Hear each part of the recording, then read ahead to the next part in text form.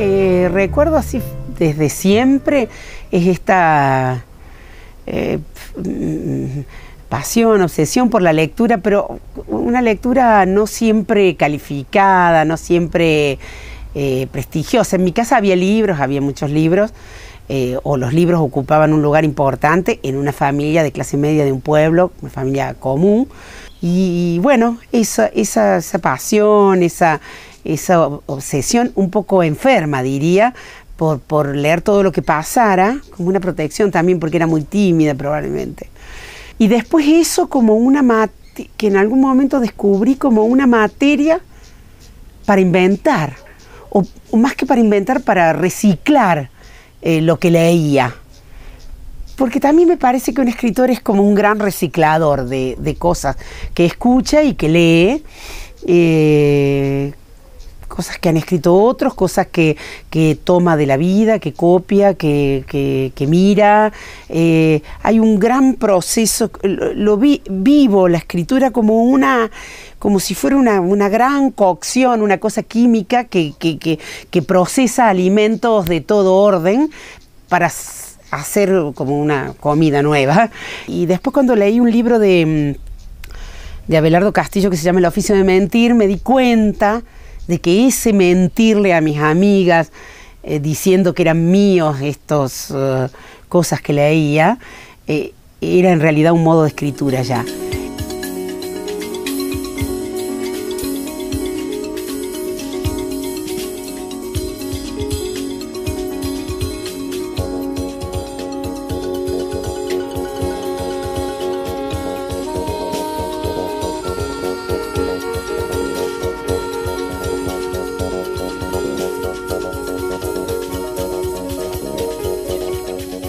Hubo una situación azarosa, que fue mi encuentro con algunas personas que estaban armando el CEDILIG. Y digamos, eso derivó mi lugar de la literatura hacia mi preocupación por la literatura hacia la literatura para chicos. Hubo esa circunstancia que fue recién terminada la dictadura, yo que no tenía un lugar de inserción, porque venía de una época de un mandarme a mí misma, de un exilio interior, una época de una cosa muy dura, y a su vez ya tenía estudios de letras, y a su vez escribía, y a su vez, digamos, la literatura desde hacía mucho era algo que estaba en el centro de mi interés. Esa situación, con ese azar, digamos, encontrar a mis compañeras del CEDILIG, a las primeras, es algo que le debo a Malicha Leguizamón, porque me la encontré por la calle, y entonces me invitó a su casa y había un trabajo sobre la mesa, que era un trabajo sobre Melville, que habían hecho Cecilia Betoli y Perla Suez. Y ella me dijo, esta gente está formando un centro de literatura infantil, es gente seria, ¿por qué no los llama? Y yo salí y llamé por teléfono, y me invitaron a una reunión en Rayuela. Y bueno, y eso, cuando salí de la reunión ya era parte del CEDILIG.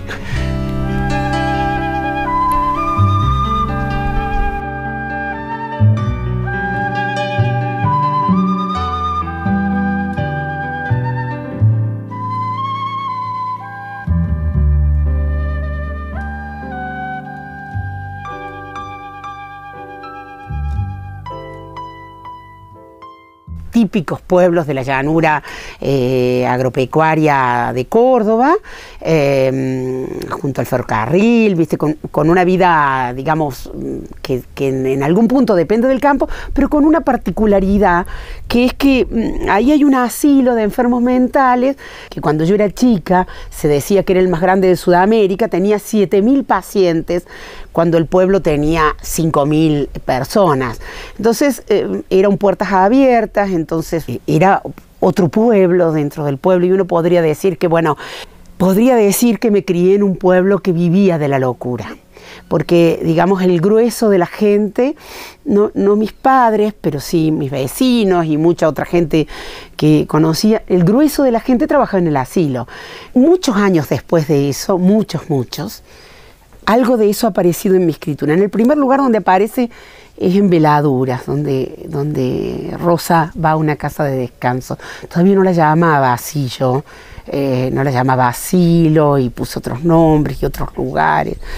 Pero ya estaba eso, que apareció un poco a pesar de mí, porque las cosas que aparecen en la escritura no son cosas que busco, lo que busco son formas, pero lo otro aparece como una necesidad interna. Y después apareció muy fuerte en Lengua Madre y también en La Niña, el Corazón y la Casa, que La Niña, el Corazón y la Casa, el pueblo de la niña, se parece mucho a mi pueblo.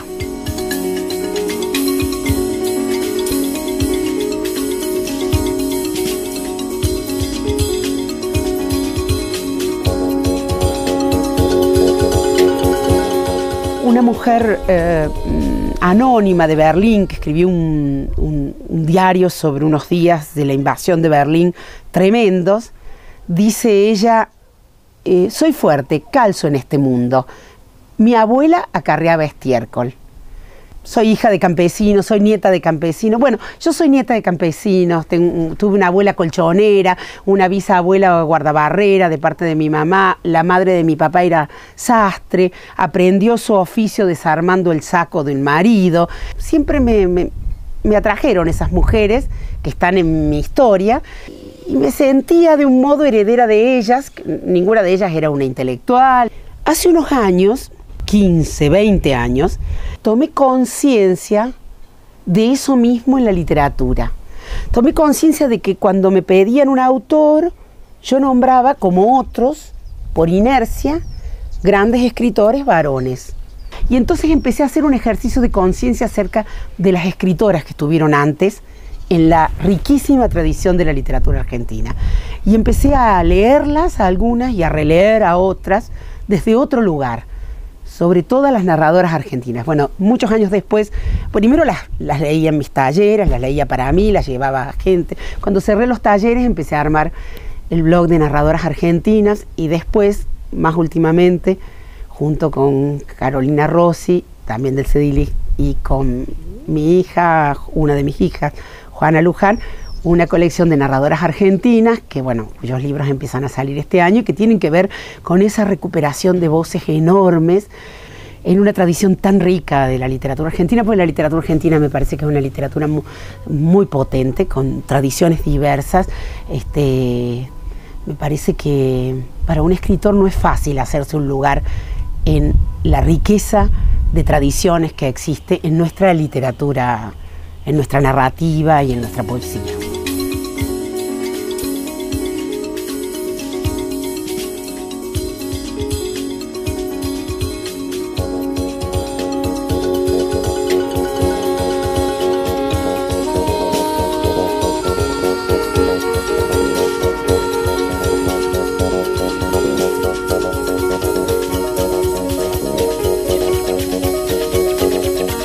El árbol de lila sería el lugar más visible. Es un cuento escrito para Alberto y en nuestro reencuentro y en lo que fue el comienzo de nuestra vida en pareja, que ya había tenido un antes muy lejano de niños casi, y tuvo ese reencuentro, no sé, 20 años después.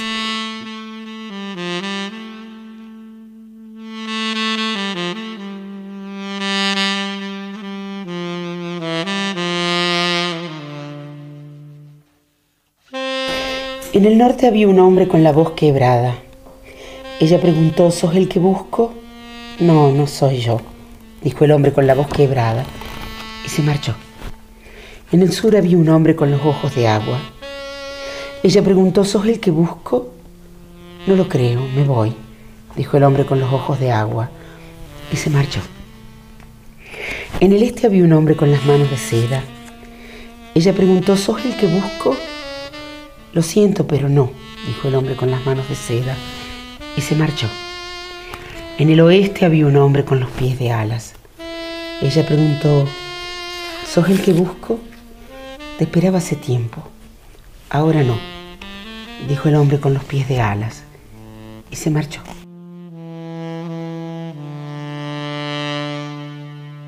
esa marca nunca se fue para mí, una marca de lo social, de la importancia de lo social, de la importancia de construirse con otros.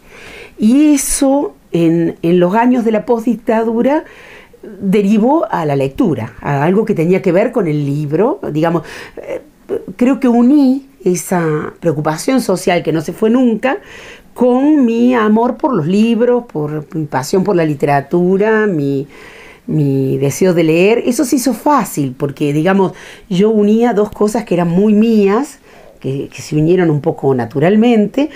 No creo en una literatura fuera de los lectores. Creo que hay que construir más y más calidad de lectores para tener para sostener lo mejor de nuestra literatura. Porque con buenos lectores, bueno, esos buenos lectores elegirán buenos libros y entonces la industria editorial, que creo fundamental para la literatura de un país, la industria editorial se va a poner al servicio de más y más de libros de calidad y no de malos libros, porque la misma industria puede ponerse al servicio de una cosa o de otra, ¿no? Y los mismos lectores, los lectores pueden leer malos o buenos libros, o sea, se trata de construir lectores que sean lectores a los que no les dé lo mismo un libro que otro.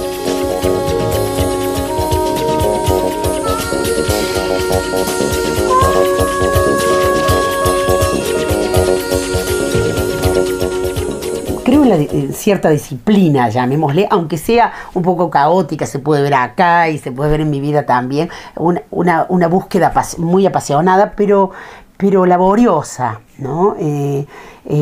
Creo en el tiempo sobre un texto, en la vuelta, en la revisión. He enseñado eso cuando he enseñado.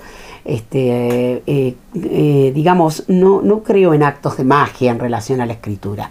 No, o por lo menos a mí no se me da así. Y bueno, me parece que hay algo que cambió en mi relación con la escritura, algo muy fuerte, que tuvo que ver con un límite vital, con una enfermedad que yo tuve cuando tenía 28 años y que me puso así en un borde, bueno, en una experiencia límite, que me angustió mucho y que a la vez me hizo, digamos, hacerle un lugar a esto que era muy necesario para mí. En ese momento yo empecé a escribir Tama, que es mi primera novela a adultos. Pero entre ese comienzo y la publicación de Tama pasaron 12 años. Sin embargo, a pesar de tantos años de no publicación, la escritura se sostuvo, el deseo de escribir se sostuvo. Entonces pienso que era muy genuino porque se sostuvo solo, se sostuvo sin lectores, que es algo muy difícil para un escritor. En el 93 salió el premio Luis de Tejeda y entonces salió mi primera novela y entonces fue como una puerta interior sobre todo que me hizo sentir que podía ofrecerle otros libros que tenía hechos a otras personas. Ahí le acerqué a Canela los cuentos que, bueno, Canela era en ese entonces, era la editora de Sudamericana, infantil de Sudamericana, y bueno, así salió El Anillo Encantado, salió en el Quirquincho Los Misterios en la Patagonia, también fue Graciela Montes ahí la que me aceptó esos cuentos.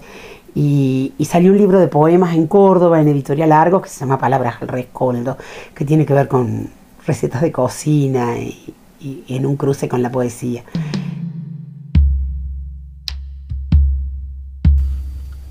Extiendo un manto inmaculado sobre la tabla. Eres una vestal que coloca en el retablo los elementos sagrados.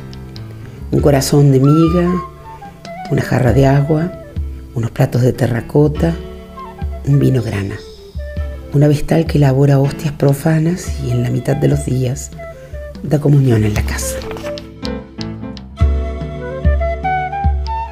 Después que salieron esos libros, ya nunca más dejé de publicar, un libro, 2 por año, a veces 5, 6 por año, cada vez más, con mucha producción a lo largo de los años, y mucha edición, pero yo también siento que mis libros que circularon muy despacito, de boca en boca, de lector en lector, con mucha dificultad. Digamos, yo siento que les debo todo, casi todo, a los lectores que se fueron construyendo, pero no tanto a los niños ni a los jóvenes. yo siento que les debo a los lectores adultos, a los maestros y a los maestros de maestros que llevaron mis libros a los chicos, a los jóvenes, porque no son libros, o sea, yo tengo pocos creo tener esa impresión de que tengo pocos lectores niños que llegaron solos a mis libros. Casi siempre hizo falta que un adulto acompañara ese camino de lectura, porque no siempre, pero en varias ocasiones se me ha dicho, y creo que es verdad, que los libros no son tan fáciles, de entrada tan sencilla. Entonces, bueno, también yo creo mucho en ese acompañamiento. Entonces, me gusta pensar que más que para los chicos, he escrito para personas grandes que saben con qué chicos están.